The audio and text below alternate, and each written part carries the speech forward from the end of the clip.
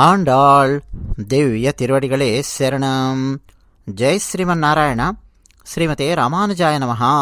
ఇతిహాసం ఛానల్లో తిరుప్పావై వ్రతంలో పాల్గొని భక్తి శ్రద్ధలతో 30 పాశురాలను అందులోని అంతరార్థాలను సంపూర్ణంగా విని అర్థం చేసుకోవడానికి ప్రయత్నం చేసిన ప్రతి ఒక్కరికి ప్రత్యేకమైన అభినందనలు. అన్నట్టు ఏ ఒక్క పాశురాన్ని కూడా మనం వదలకూడదండి. ఏ ఒక్క వీడియోను కూడా ఇతిహాసం ఛానల్లో వదలకూడదు పాశురాలకు సంబంధించి. ఎందుకని? పరమాత్మకు 5 రూపాలుంటాయి అన్న విషయం మనకు తెలియదు. ఈ 5 పాశురాలు గనక మనం వినకపోతే, మొట్టమొదటి 5 పాశురాలలో పరమాత్మ యొక్క పర వ్యూహ విభవ అంతర్యామి అర్చావతార పరమాత్మ యొక్క రూపాలను ప్రస్తావించింది ఆండాళ్ తల్లి. మొట్టమొదటి పాశురం మనం వినకపోతే పరమాత్మకు పర రూపం ఉన్నది అన్న విషయం మనకు తెలియదు కదా. సూర్యచంద్రవదనుడా అని సంబోధిస్తూ పరమాత్మను పరమపదంలో ఉండే నారాయణుణ్ణి కీర్తించింది ఆండాళ్ తల్లి. మోక్షం గురించి మాట్లాడింది మొట్టమొదటి పాశురంలోనే. రెండో పాశురంలో పరమాత్మ యొక్క వ్యూహ రూపాన్ని ప్రస్తావిస్తూ క్షీరసాగరంలో అంటే పాల కడలిలో పవళించి ఉంటాడు అని చెబుతూ, మేము ఆచార్యులు చూపించిన దారిలో నడుస్తాం, సెయ్యాదన సెయ్యోం అని ఆండాళ్ తల్లి చెప్పింది. రెండో పాశురం చూడకపోతే ఆ విషయం మనకు అర్థం కాదు కదా. మూడో పాశురం గనక మనం చూడకపోతే పరమాత్మ యొక్క విభవ రూపం గురించి మనకు అర్థం కాదు. విభవ రూపం గురించి అమ్మవారు ప్రస్తావిస్తూ ఓంగి ఒళగళంద ఉత్తమన్ పేర్పాడి అని చెబుతూ వామన అవతారాన్ని ప్రస్తావించింది. సకల సంపదలు కలిగి ఉన్నప్పుడు కూడా పరమాత్మను ధ్యానించండి అని మనకు ఉద్బోధ చేసింది ఆండాళ్ తల్లి. నాలుగో పాశురంలో ఆళిమళైకన్నా అని చెబుతూ అంతర్యామితత్వాన్ని అమ్మవారు ఆవిష్కరించారు. ఉదాహరణగా ఆ పరమాత్మ నియమించిన దేవతలలో ఉండే ఒక దేవత వరుణదేవుడి గురించి ప్రస్తావిస్తూ, వర్షాలు విస్తారంగా పండాలయ్యా, మాకు ఏదో మేము వ్రతం చేస్తున్నామంటే మాకు కావాల్సిందేదో వ్రతం చేస్తున్న వాళ్ళకి ఇవ్వడం కాదు. ఏ ఊళ్ళో వ్రతం చేస్తున్నామో ఆ ఊళ్ళో మొత్తం విస్తారంగా వర్షాలు పడాలి, పాడి పంట బావుండాలి, సమాజం బావుండాలి అన్న విషయాన్ని 4వ పాశురంలోనే ప్రస్తావిస్తూ స్వామివారి అంతర్యామితత్వాన్ని ఆవిష్కరించింది.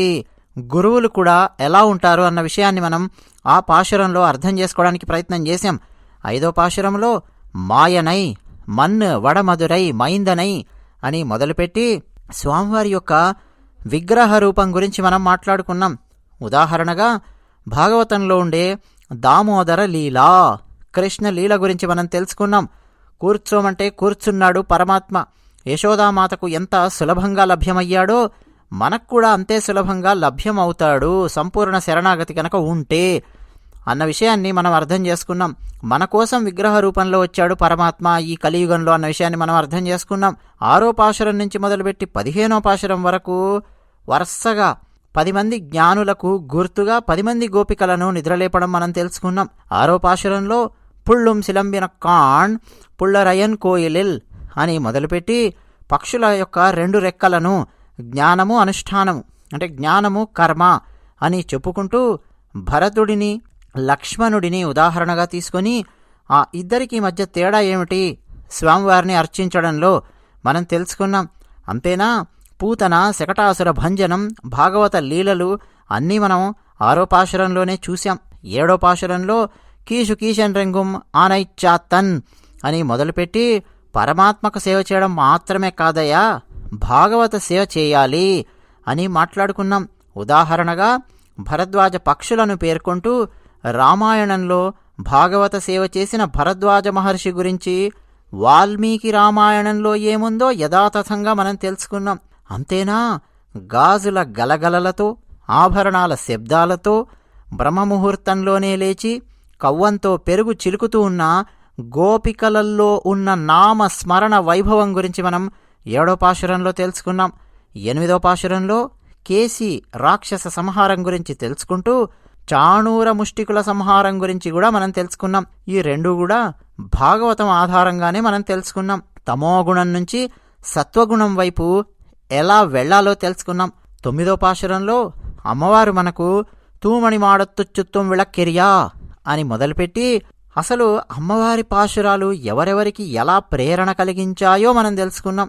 ఉదాహరణగా శ్రీ వెంకటేశ్వర స్వామివారి సుప్రభాతం రచించిన ప్రతివాది భయంకరం అన్నంగరాచార్య స్వామివారి గురించి తెలుసుకుంటూ ఉదాహరణగా యోశాలయేషు అనే శ్లోకం తీసుకొని అర్థం చేసుకోవడానికి మనం ప్రయత్నం చేశాం.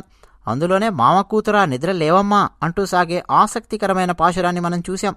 10వ పాశురంలో నోత్తుచ్చు వర్కం పూగిన్రవమ్మనాయ్ అన్న పాశురంలో రామానుజాచార్యుల వారి శిష్యుడు దాశరథి, ఆయన రామానుజాచార్యుల వారి గురువు పెరియనంబి కూతురు తులసి ఇంట్లో దాస్యం చేసిన ఆ సంఘటన గురించి మనం తెలుసుకున్నాం. పూర్వాపరాలేంటో మనం తెలుసుకున్నాం.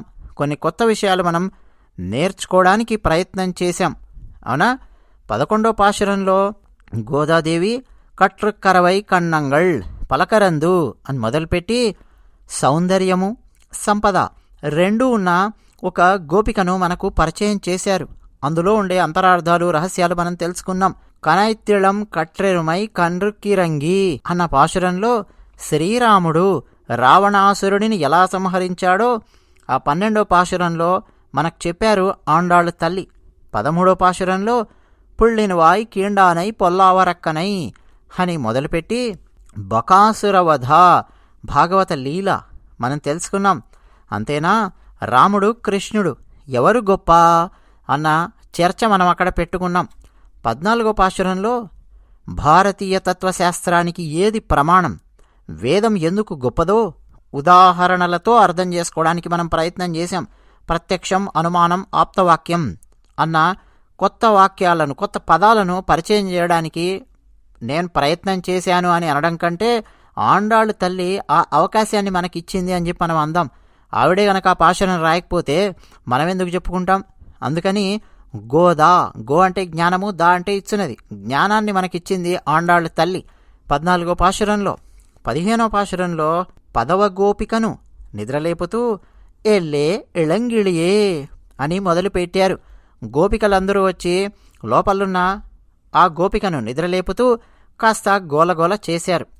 లోపలున్న గోపికకు కాస్త ఇబ్బంది కలిగింది కదా. గురువు ఇచ్చే జ్ఞానం కోసం 4500 కిలోమీటర్లు నడిచిన రామానుజాచార్యుల వారి సహనం గురించి, గోష్ఠీపూర్ణుల వారి గురించి, గురువులతో ఎలా ఉండాలో ఆ విషయాన్ని మనకు 15వ పాశురంలో అందజేశారు ఆండాళ్ళ తల్లి.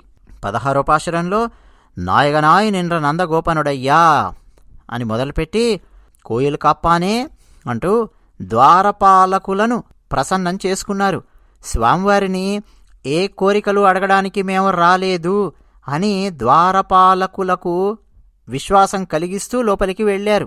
అంబరమే తన్నీరే అన్న 17వ పాశురంలో ఆచార్యుని ద్వారా పరమాత్మను పొందాలి అన్న విషయాన్ని అర్థం చేసుకున్నాం.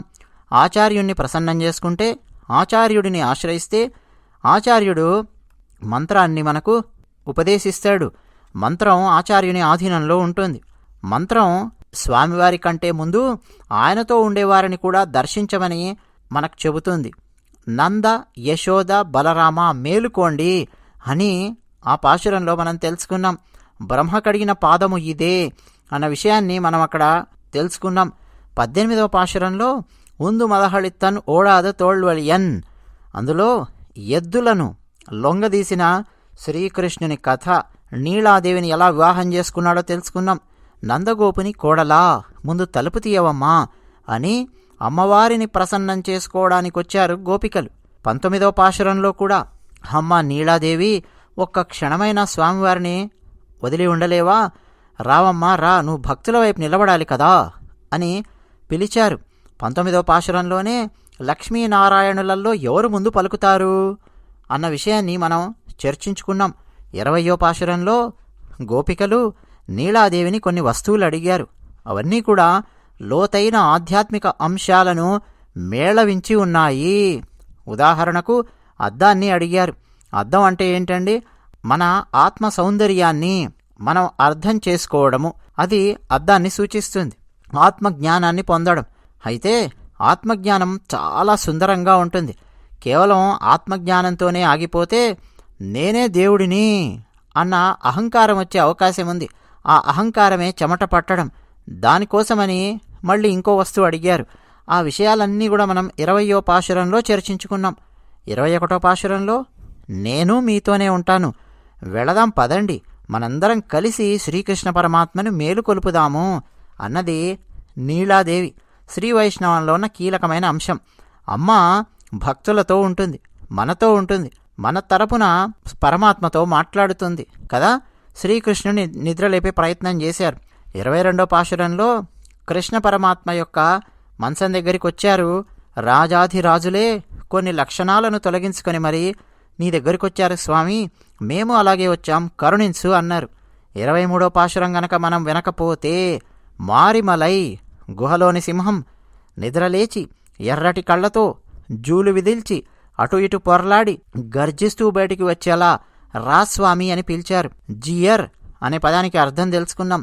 అసలు ఆ సింహం ఏమిటి, గుహలోంచి రావడమేంటి, ఎర్రటి కళ్ళేంటి, జూలు విదిల్చడమేంటి, పొరలాడడం ఏమిటి, గర్జించడం ఏమిటి, అవన్నీ మనము సృష్టి ఎలా మొదలయ్యింది, స్వామివారు సృష్టి ఎలా చేస్తారు అన్న విషయాన్ని ఆండాళ్ళు తల్లి మనకు ఇంత మర్మగర్భంగా పాశురంలో పెట్టి ఎలా అందించారో తెలుసుకున్నాం. 24వ పాశురం అన్రి ఉళగం అళందాయి అడిపోతి అంటూ ప్రేమ పండితే ఎలా ఉంటుందో స్వామివారికి మంగళం పాడడం ఎలాగో తెలుసుకున్నాం.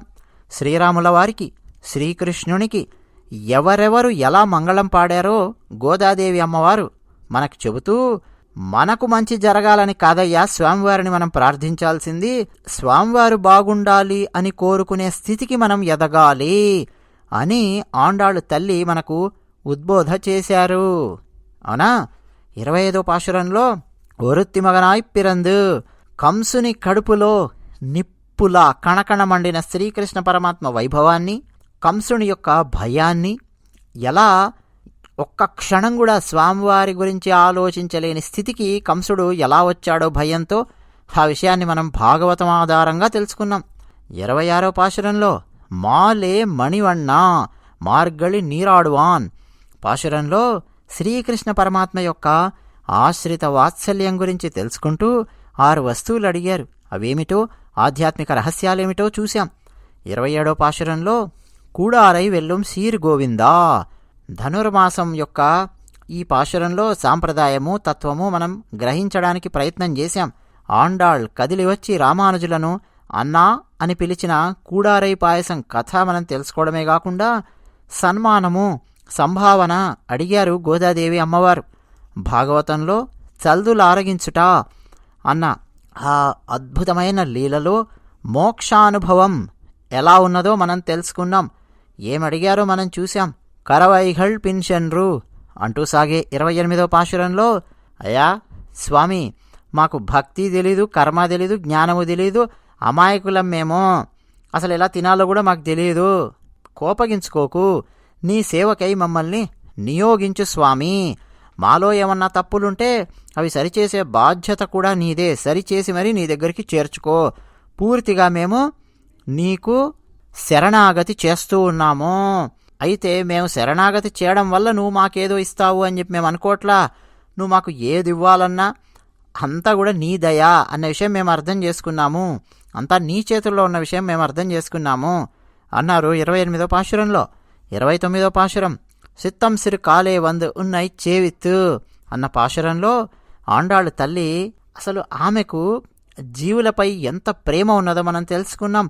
7 జన్మలకు ఏనాటికైనా నిత్య సంబంధము నీతోటి గలుగా అని అమ్మవారు అసలు ఏమడుగుతున్నారో, మోక్షాన్ని మించిన కోరిక ఎలా కోరారో మనం తెలుసుకున్నాం. చిట్ట చివరి 30వ పాశురంలో ధనుర్మాసంలో ఖచ్చితంగా వినాల్సిన ఈ పాశురంలో వంగక్కడల్ కడైంద మాధవనై కేశవనై అని సాగే ఈ పాశురంలో ఫలశ్రుతిగా చతుర్విధ ఫల పురుషార్థాలు స్వామివారు అనుగ్రహిస్తారు ఈ వ్రతం గనక పూర్తి చేస్తే అన్న విషయాన్ని 30వ పాశురంలో మనం తెలుసుకున్నాం. ఏ ఒక్క పాశురం వినకపోయినా ఏదో ఒక కీలకమైన విషయం మిస్ అవడం కాదండి, చాలా కీలకమైన విషయాలు మిస్ అవుతాం. ఎందుకు అనంటే ఇంకా చాలా చాలా విషయాలు మనం తెలుసుకున్నాం. ఒకప్పుడు ఆలయాలు యతీశ్వరుల చేతుల్లో, సన్యాసుల చేతుల్లో ఉండేవి అన్న విషయం మనం తెలుసుకున్నాం. వాళ్ళు నడిపేవారు ఆలయాలను అని ఒక పాశురంలో మనం తెలుసుకున్నాం. అలాగే శ్రీకృష్ణదేవరాయల వారి ఆముక్తమాల్యదకు సంబంధించి కనీసం 3-4 పద్యాలు మొత్తం మనం ఈ ధనుర్మాసంలో చూశాం. వేదాంత దేశికుల వారు వారు అందించిన వ్యాఖ్యానాలను మనం తెలుసుకున్నాం. ఇంకా చాలామంది పూర్వాచార్యులు పెద్దలు అందించిన వ్యాఖ్యానాలను మనం తెలుసుకున్నాం. మన తెలుగువారు యతీశ్వరులు శ్రీ శ్రీ శ్రీ త్రిదండి నారాయణ రామానుజ చిన్న జీయర్ స్వామివారు వారు అందించినటువంటి వ్యాఖ్యానాలను వాటిని కూడా మనం స్పృశిస్తూ వారికి కూడా మనం నమస్కరించాం. అలాగే నిన్నగాక మొన్న ఆదిశంకరాచార్యుల వారి భజగోవిందం మనం గుర్తు చేసుకున్నాం. గోవిందనామ స్మరణ, గోవిందనామ వైభవం, అన్నమాచార్యుల వారి కీర్తనలు, ఇలా మొదలుపెట్టి ఎన్నెన్నో విషయాలు విశేషాలు, పైగా రామానుజాచార్యుల వారి జీవితంలో జరిగిన కొన్ని సంఘటనలు, అలాగే మారినేరి నంబి వారికి సంబంధించిన కథ, పరమాత్మ ముందు ఈ కులాలు ఇవన్నీ ఈ అహంకారాలు ఇవన్నీ పనిచేయవు అన్న విషయాన్ని పెరియనంబి మారినేరి నంబి ఆ సంఘటనలో మనం తెలుసుకున్నాం. యామనాచార్యుల వారి గురించి మనం తెలుసుకున్నాం. ఆళ్వార్ల గురించి అక్కడక్కడ మనం తెలుసుకున్నాం. ఉదాహరణకు తొండరడిపొడి ఆళ్వార్, విప్రనారాయణులు వారి గురించి కాస్త మనం అలా స్పృశించాం. అంతేనా, ప్రతిరోజు 30 పాశురాలు చదవలేకపోయినా కనీసం చిట్ట చివరి 2 పాశురాలైనా సరే నేర్చుకొని వాటినైనా సరే ప్రతిరోజు స్వామివారి ముందు చదవాలి అన్న విషయం మనం తెలుసుకున్నాం. తిరుమల తిరుపతి అక్కడ ప్రతిరోజు ఈ 2 పాశురాలను ఖచ్చితంగా చదువుతారు అన్న విషయాన్ని మనం తెలుసుకున్నాం. అలాగే ఈ నెల రోజుల పాటు ధనుర్మాసంలో తిరుమల శ్రీ వెంకటేశ్వర స్వామి వారి ముందు కౌసల్యా సుప్రజారామ అది పాడరు, దాని బదులుగా ధనుర్మాసం తిరుప్పావై ఈ 30 పాశురాలను స్వామివారి ముందు గానం చేస్తారన్న విషయం తెలుసుకోవడమే కాకుండా ఈ నెల రోజుల పాటు శ్రీ వెంకటేశ్వర స్వామివారిని శ్రీకృష్ణునిలాగా భావించి వేడి నీటితో అభిషేకాలు చేయడము, అలాగే బెల్లంతో దోశలు వేసి పెట్టడం స్వామివారికి, ఇలాంటి నైవేద్యాలు చేస్తారు, కృష్ణునిలా భావిస్తారు అన్న విషయం మనం తెలుసుకున్నాం. అంతేనా, కాంచీపురంలో ఉండే దేవాలయాల గురించి మనం తెలుసుకున్నాం 2 సంఘటనలలో. అంతేనా, శ్రీవిల్లిపుత్తూరు ఎలా ఉంటుందో అక్కడక్కడ వర్ణనలు అవన్నీ కూడా మనం స్పృశించడానికి ప్రయత్నం చేశాం. అంతేనా, సాంప్రదాయం విషయంలో ఎలా ఉండాలో తెలుసుకున్నాం. అంతేకాదు, పరమాత్మ మనకు ఎంతటి భక్త సులభుడో, శ్రీకృష్ణ పరమాత్మ గురించి, శ్రీరాముల వారి గురించి ఎన్నెన్నో విషయాలు మనం చర్చించుకునే అవకాశం మనకు దక్కింది. విభీషణ వరద గోవింద అంటూ విభీషణుడు శ్రీరాముల వారిని ఎలా ఆశ్రయించాడో 2-3 సంఘటనల ద్వారా మనం తెలుసుకున్నాం. గురువుగారి ద్వారా పరమాత్మను ఆశ్రయించాలి అంటూ విభీషణుడు ముందు సుగ్రీవుని ద్వారా శ్రీరాముల వారిని ఆశ్రయించడము అక్కడ చూశాము. విభీషణుడు వచ్చిన తర్వాత తనను తాను తగ్గించుకుంటూ పారదర్శకంగా తనలో ఉన్న లోపాన్ని ముందు స్వామివారి ముందు చెప్పి తనను ఎలా పరిచయం చేసుకున్నాడో వాల్మీకి రామాయణం ఆధారంగా మనం తెలుసుకున్నాం. అలాగే శ్రీకృష్ణ పరమాత్మకు సంబంధించిన ఎన్నెన్నో లీలలు మనం స్పృశించడానికి ప్రయత్నం చేశాం. బ్రహ్మదేవుడు అలాగే ఇంద్రుడు ఎలా శ్రీకృష్ణ పరమాత్మ ముందు తల వంచుకొని కృష్ణ పరమాత్మకు గోవింద పట్టాభిషేకం చేశాడో మనం తెలుసుకున్నాం. అలాగే పరమాత్మ భక్తి, జ్ఞానము, కర్మ వీటన్నింటి వల్ల లభించడం కంటే సంపూర్ణ శరణాగతి గనక చేస్తే, ఇంగ్లీష్లో చెప్పాలంటే టోటల్ సరెండర్ అంటాం, చాలా సులభంగా పరమాత్మ మనకు లభిస్తాడు. ఎందుకంటే పూర్తి బాధ్యత మనం ఆయన మీదే పెట్టేశాం కాబట్టి అన్న విషయాన్ని మనం తెలుసుకుంటూ చరమ శ్లోకం గురించి మనం ప్రస్తావించుకున్నాం. సర్వధర్మాన్ పరిత్యజ్య మామేకం శరణం వ్రజ అహం త్వా సర్వపాపేభ్యో మోక్షయిష్యామి మా శుచః. భగవద్గీత 18వ అధ్యాయంలో వస్తుంది ఈ శ్లోకము. అయితే ఆశ్చర్యకరంగా గోదాదేవి అమ్మవారు ఈ శ్లోకం అంటే మోక్షాన్ని అనుగ్రహించే అర్థాలు ఉన్నటువంటి ఈ శ్లోకం గురించి మొట్టమొదటి పాశురంలోనే ప్రస్తావిస్తూ పరై అన్న పదాన్ని ఆమె ఉపయోగించి నారాయణనే నమక్కే అని చెప్పి మొదలుపెట్టారు. అంటే మోక్షం గురించి మొట్టమొదటి పాశురంలోనే అమ్మవారు ప్రస్తావించారు. అయితే కేవలం ఈ తిరుప్పావై వ్రతం చేయడం అన్నది ఏదో అమ్మాయికి పెళ్ళవడం కోసమో, లేకపోతే మనకేదో ఉద్యోగం రావడం కోసమో, డబ్బులు రావడం కోసమో, ఆరోగ్యం బాగుపడడం కోసమో ఇలాంటివి కాదు. ఈ తిరుప్పావై వ్రతం చేస్తే అవన్నీ కూడా లభించడంతో పాటు పరమాత్మ ఏమిటో, పరమాత్మ తత్వం ఏమిటో, గురువు ఏమిటో, సాంప్రదాయం ఏమిటో ఇవన్నీ కూడా అర్థమవుతాయన్న విషయం తెలుసుకున్నాం. అసలు 4వ పాశురంలోనే విస్తారంగా వర్షాలు కురవాలి అని అమ్మవారు స్వామివారిని ప్రార్థించడం మనం చూసాం. వర్షాలు కురిస్తే ఇంకేముందండి, రైతులు పంటలు చాలా చాలా ఆనందంగా ఉంటుంది, దేశమంతా లోకమంతా సుభిక్షంగా ఉంటుంది కదా. మరి అలా సుభిక్షంగా ఉంటే ఏం జరుగుతుందో 27వ పాశురం కూడారై పాశురానికి అనుసంధానింపబడి ఉంది. 4వ పాశురము అలాగే కూడారై 27వ పాశురం. అలా పంటలు గనక విస్తారంగా పండి పాడి పంట అంతా బాగుంటే ఇంకేముందండి, ఆనందంగా పాయసం తయారు చేసుకొని అందరం కలిసి కూర్చొని ఆ ఆనందాన్ని అనుభవిస్తాం, ఆస్వాదిస్తాం. అంటే సంపదలతో తులతూగాలి అందరూ అన్న విషయాన్ని తిరుప్పావైలోని 27వ పాశురం 4వ పాశురం రెండూ కలిపి చూస్తే మనకు అర్థమవుతుంది. అంతేకాదు స్త్రీ జాతి బాగుండాలి అని భౌతికపరంగా చూస్తే నగలు, అసలు చెవులకు దుద్దులు కానీ, చేతులకు బంగారు గాజులు కానీ, కాళ్లకు బంగారు కడియాలు కానీ, నగలు, మంచి మంచి చీరలు ధరిస్తామని 27వ పాశురంలో చెప్పారు. భౌతికంగా చూస్తే అవన్నీ కూడా రావాలి ఈ వ్రతం చేయడం ద్వారా. అంటే సంపద రావాలి ఈ వ్రతం చేసిన వాళ్ళందరికీ, సంపదతో వాళ్ళ ఇళ్ళు కళకళలాడాలి అన్న విషయము కనిపిస్తోంది. అంతర్లీనంగా చూస్తే ఆధ్యాత్మిక అర్థాలు కనిపిస్తూ ఉన్నాయి. లోపలికి ఇంకా వెళ్ళి చూస్తే ఇంకా చాలా చాలా రహస్యాలు మనకు అందులో కనిపిస్తూ ఉన్నాయి. చరమశ్లోకం కనిపిస్తోంది, మోక్షానుభవం కనిపిస్తోంది. ఇవన్నీ మనం పూర్వాచార్యులు పెద్దలు అందించిన జ్ఞానంతో అర్థం చేసుకున్నాం.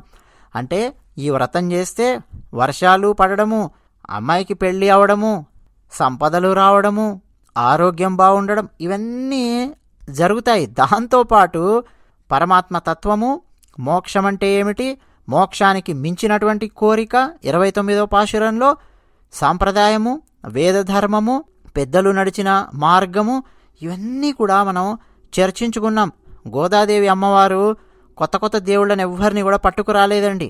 మొన్నే నేను చెప్పాను, అమ్మవారు శ్రీరాముని గురించి మాట్లాడింది, శ్రీకృష్ణుని గురించి మాట్లాడింది, నరసింహస్వామివారి గురించి మాట్లాడింది. అమ్మవారు వామనావతారం త్రివిక్రముని గురించి మాట్లాడింది, కృష్ణ లీలలు, శ్రీరాముని యొక్క సౌశీల్యము, శ్రీ వెంకటేశ్వర స్వామివారు, శ్రీరంగనాథుల వారు, నారాయణ, ఏ వేదములైతే మనకు చెప్పాయో పర దైవము నారాయణ, నారాయణాయ విద్మహే వాసుదేవాయ ధీమహి తన్నో విష్ణు ప్రచోదయాత్ తైత్తరీయోపనిషత్తు చెబుతున్నది.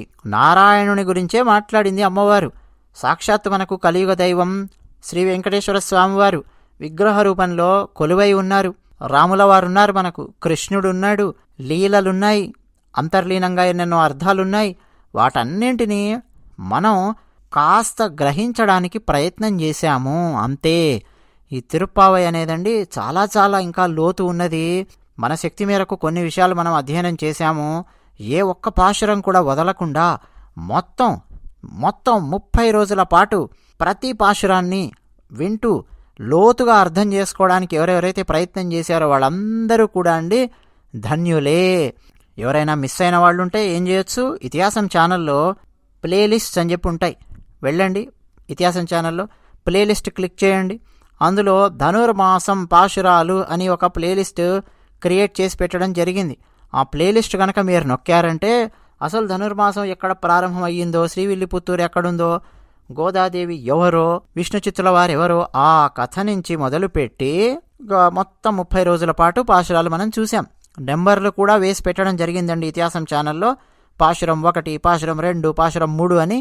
మీరు ఏ పాశురం కావాలంటే ఆ పాశురం ఎప్పుడు కావాలంటే అప్పుడు చక్కగా తెరిచి మళ్ళీ వినొచ్చు, చూడొచ్చు, విషయాలు అర్థం చేసుకోవడానికి ప్రయత్నం చేయొచ్చు.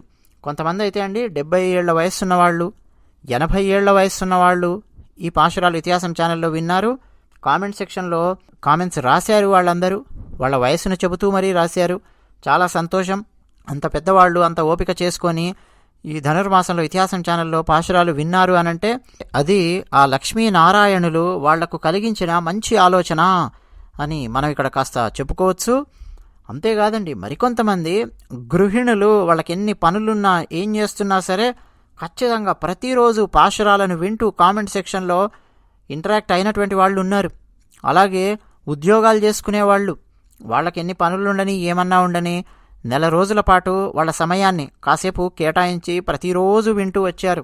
ఒక్క క్షణం ఆలోచించండి. ఒక్క విషయం చిట్టచివరగా చెప్పి ముగిస్తాను. నెల రోజుల పాటు ప్రతిరోజు చెప్పాలి అనంటే నాకు కూడా కష్టమే. ప్రతిరోజు ఒక్కరోజు కూడా బ్రేక్ అవ్వకుండా చెప్పాలంటే ఎందుకంటే నాకు సంబంధించిన ఉద్యోగమో వ్యాపారమో ఏదో ఒకటి ఉంటుంది కదా నేను బతకడానికి, అవునా కాదా? దాంతోపాటు నేనున్నటువంటి ప్రాంతంలో మధ్యలో స్నో స్టామ్ అనమాట, మంచు తుఫానులు ఇవన్నీ ఉన్నాయి. బయటికి వెళ్ళాలి, పనులు చేసుకోవాలి, ఇంట్లో పనులు, ఇంట్లో ఉండేవాళ్ళ అనారోగ్యం ఏదన్నా ఉంటే మళ్ళీ ఇంట్లో ఉన్నటువంటి పనులు చేయడం ఆ సమయంలో, ఇట్లా చాలా చాలా పనులు కార్యక్రమాలు అవన్నీ కూడా ఉంటాయి. వాటన్నింటి మధ్యలో ఖచ్చితంగా ఈ సంవత్సరం సమయాన్ని కేటాయించి ధనుర్మాసం తిరుప్పావై పాశురాల గురించి చర్చించాలి అని అనుకున్నాను, సంకల్పించాను. ఆ సంకల్పాన్ని విజయవంతమయ్యేలా చేసినందుకు ఆ గోదాదేవికి, ఆ శ్రీరంగనాథునికి సాష్టాంగ దండ ప్రణామాలు ఈ దాసుడు సమర్పిస్తూ ఉన్నాడు. ఎందుకంటే మనకు మంచి మంచి సంకల్పాలు చాలా ఉంటాయండి, కానీ అవి విజయవంతం అవ్వాలి అనంటే ఖచ్చితంగా దైవం అనుకూలించి తీరాల్సిందే. ఇవేవో ముందుగా రికార్డ్ చేసి ప్లే చేసినటువంటివి కావండి. ఏ రోజుకు ఆ రోజు మీకు వీడియోస్ వస్తూ ఉన్నాయి. మీరు వీడియో వినడం కంటే ఒక అరగంట ముందో 15 నిమిషాల ముందో వీడియో అప్లోడ్ అవుతోంది అంతే. ప్రతిరోజు కూడా ఫ్రెష్గా వీడియో ఏ రోజుకు ఆ రోజు మాట్లాడడము, వ్యాఖ్యానం చెప్పడము, వీడియో అప్లోడ్ చేయడం, ఇది జరుగుతూ వచ్చింది ఈ నెల రోజుల పాటు. ఎందుకంటే అంతకుముందు నేను ఈ వీడియోస్ తయారు చేసి సిద్ధంగా పెట్టడానికి సమయం లేదు. వేరే వేరే కార్యక్రమాలు చూస్తూ వేరే వేరే ప్రోగ్రామ్స్ ఏంటంటో చేస్తూ ఉన్నాను. అందువల్ల ఆ సమయం కూడా నాకు లేదనమాట. ఒకసారి ఇంగ్లీష్లో కూడా చెప్పాలి అని చెప్పి ఉందండి ఈ తిరుప్పావై. మరి ఎప్పుడు కుదురుతుందో తెలియదు. వచ్చే సంవత్సరమా, ఆ పై సంవత్సరమా, ఆ తర్వాత సంవత్సరమా, ఎప్పుడు అనేది నాకు తెలియదు. ఇంగ్లీష్లో కనుక చెప్తే ఎక్కువ మందికి చేరుతుంది కదా, ఆ ఆలోచన కూడా ఉంది. ఆ ప్రయత్నం కూడా చేసే అవకాశం అయితే భవిష్యత్తులో ఉంది. ఇప్పుడు సంకల్పం చేసుకున్నాను, మరి అది ఎప్పుడు నెరవేరుతుంది ఏంటి అన్నది ముందు ముందు చూద్దాము. అన్నట్టు ధనుర్మాసం అయిపోయింది అంతే తప్ప ఇతిహాసం ఛానల్ మూతపడలేదు, ఇతిహాసం ఛానల్ అయిపోలేదు. ఇతిహాసం ఛానల్ అక్కడే ఉంది. వీడియోస్ వస్తాయి, ఇంకా పాత వీడియోస్ ఉన్నాయి. కొన్ని వీడియోస్ని కొత్త సబ్స్క్రైబర్స్ కోసం మళ్ళీ మళ్ళీ అప్లోడ్ చేయడం కూడా జరుగుతుంది. ఉదాహరణకు కూడారై పాశురానికి సంబంధించి పోయిన సంవత్సరం వీడియో పెట్టాం, 10,000 మంది చూశారు. అంటే ఈ సంవత్సరంలో మళ్ళీ అదే వీడియోను కొత్త సబ్స్క్రైబర్స్ కోసం అన్నట్టుగా ఫ్రెష్గా అప్లోడ్ చేయడం జరిగింది. ఇప్పుడు ఒక 44,000 మంది చూశారు. ఆ సమాచారంతో పాటు మళ్ళా కూడారై పాశురంలో ఉన్న రహస్యార్థాలు అవన్నీ వ్యాఖ్యానించుకుంటూ మళ్ళీ ప్రత్యేకంగా వేరే వీడియో కూడారై మీద కూడా పెట్టడం జరిగింది. ఇలా రీఅప్లోడ్లు కూడా చేయడం జరుగుతుంది. అంతకుముందు చూసిన వాళ్ళు ఎవరన్నా ఉంటే ఇది మేము అంతకుముందే చూసామండి అలా అనుకోకండి. చూడాలనుకుంటే మళ్ళీ చూడండి. మళ్ళీ మీ మనసులో విషయాలన్నీ కూడా అలా నిక్షిప్తం అయిపోతాయి. కొత్త సబ్స్క్రైబర్స్ కోసం పాత వీడియోస్ అప్పుడప్పుడు రీఅప్లోడ్ చేయడం కూడా జరుగుతూ ఉంటుంది. ఇక ఈ నెల రోజుల పాటు సరే ఈ దాసుడు ఏదో తనకు తెలిసిన 4 ముక్కలు మీకు చెప్పడానికి ప్రయత్నం చేశాడు. విన్నటువంటి వాళ్ళకందరికీ అండి, శ్రద్ధాసక్తులతో విన్నటువంటి వాళ్ళందరికీ ఆ లక్ష్మీనారాయణులు సకల సంపదలు, ఆయుష్, ఆరోగ్యము, మోక్షము ఇవన్నీ కూడా ప్రసాదించాలి అని మనస్ఫూర్తిగా ప్రార్థిస్తూ జై శ్రీమన్నారాయణ.